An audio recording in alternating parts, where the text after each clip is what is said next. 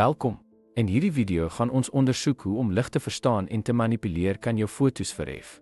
Van kamera-instellings tot omgewingsbewustheid, kom ons delf in die kuns van die benutting van lig. Diafragma is joune poort na lig. 'n breër diafragma laat meer lig in, perfek vir dowwe omgewings, terwyl 'n kleiner een pas helder omgewings. Dit gaan alles oor balans. Sluiterspoedkontroles lig en beweging. 'n Stadiger spoed vang meer lig vas, maar kan beweging vervaag, terwyl 'n vinniger spoed vries aksie in helder toestande. Kies wyslik.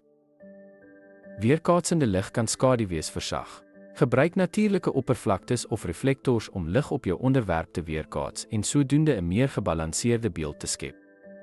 Beeld. Goue uur, die tyd net daarna sonsopkoms of voor sonsondergang, bied warm, sagte beligting. Dis die perfekte oomblik om pragtige, atmosferiese foto's te neem. Om jou foto's of video's te verbeter helder sonlig, vind skaduwee of gebruik 'n diffuser. Dit versag lig, voorkom harde skaduwees en verwronge kleure, wat lei tot 'n meer natuurlike en professionele voorkoms.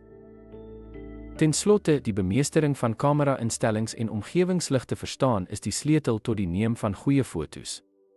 Hierdie tegnieke verminder die behoefte aan naverwerking.